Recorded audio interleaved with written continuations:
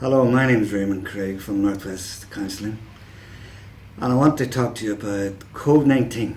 But I'm not going to repeat all the messages that you've been hearing so far as we head into the next lockdown. I want to talk about how we cope. Obviously, we have to obey the government advice, keep your distance, wear your mask, wash your hands, and it's proper and correct to agree and do all that. But what I want to talk about are the 5 steps to well-being while you're doing that. Protecting yourself, but also protecting your mental health.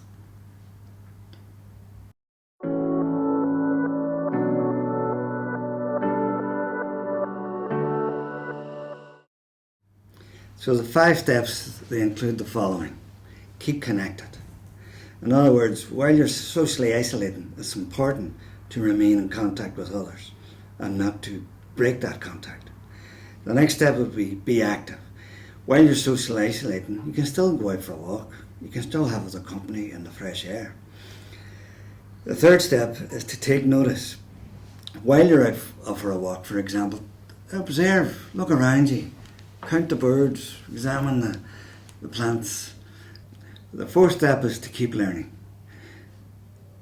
It's important that no matter what age you are, you're still capable and able to learn new skills. And the fifth and final step is to give. Be grateful for what you have rather than focusing on what you haven't got. So when you compare, you'll only despair. So keep focused on gratitude.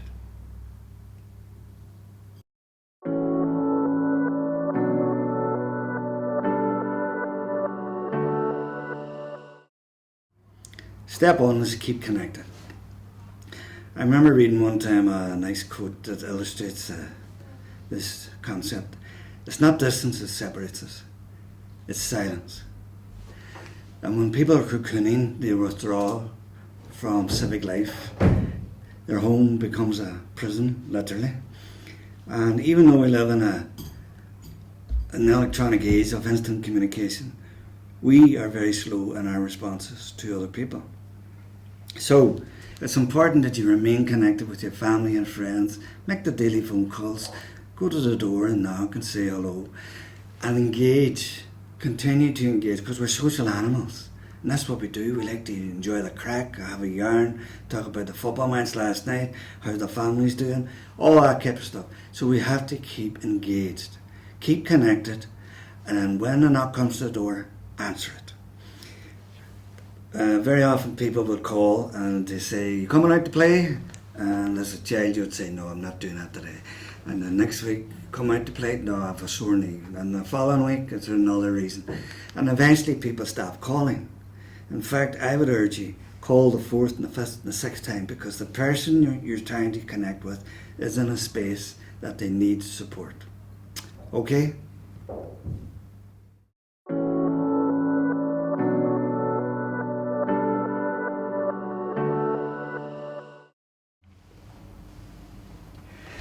I'm looking out the window here at Rathmore, and I'm looking at how busy the car park is, how many people are out and about. Our second step is be active. There's loads of research to support the fact that if you run, jump, swim or play, you're not only looking after yourself physically, but the mental health benefits are great. So even 20-minute walk 3 times a week will ensure that you keep yourself physically fit and active. The benefits are so brilliant. So locking yourself in a home, turning it into a prison is not the way forward. So be active.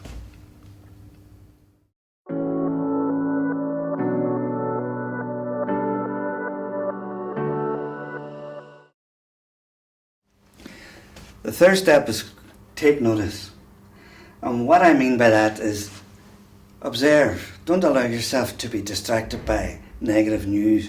If you understand the world through the TV screen and keeping up to date with co-stats, you're only going to end up in a very anxious state.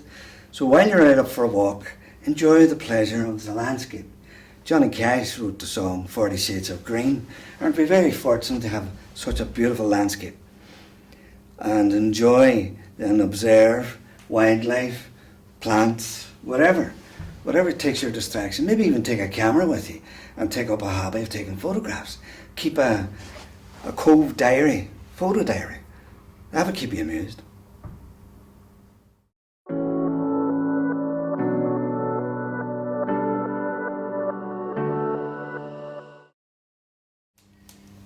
Step 4 is keep learning. And very often people say, yeah, sure, I'm the age I am now, what have I going to learn? I'm too old for that. That is a load of nonsense. You're never too old to learn. A new skill, a new hobby, whatever, a new interest.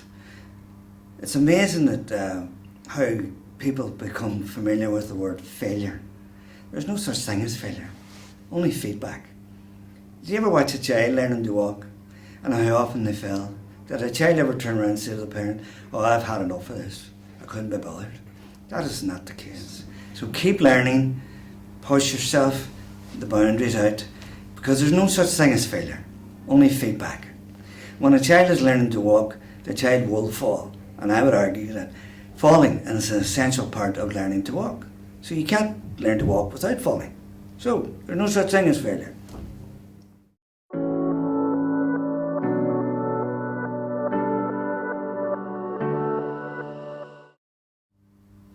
The fifth and final step is give. That's really thinking and talking about gratitude. Be aware of what you have, not what you don't have.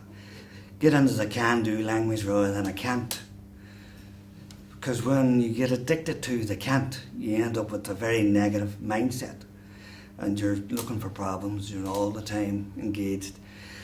And when you look at social media and you look at the news, you're forever counting the tragedies and what's the score now and how many people died. So really, gratitude is a way of addressing that. Think about the things that you do have. Think about the gifts that you do have. Think about the relationships that you enjoy and be constructive and positive in them. And think about them. How do you support them? A kind word, can carry a person through the entire day. So keep it in the can-do.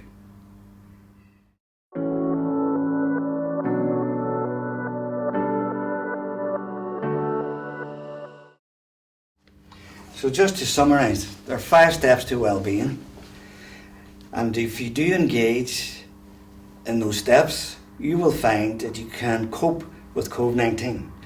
And remember, there's other things to talk about besides excited misery. And there are people who do get excited about miserable topics. So my suggestion is you either avoid them or turn a deaf ear to them, whichever one suits you. But it's important to get by in your mental health as well as your physical health. So, keep connected, be active, enjoy life, and just call it an enforced holiday. Just think about it in a different way. Good luck.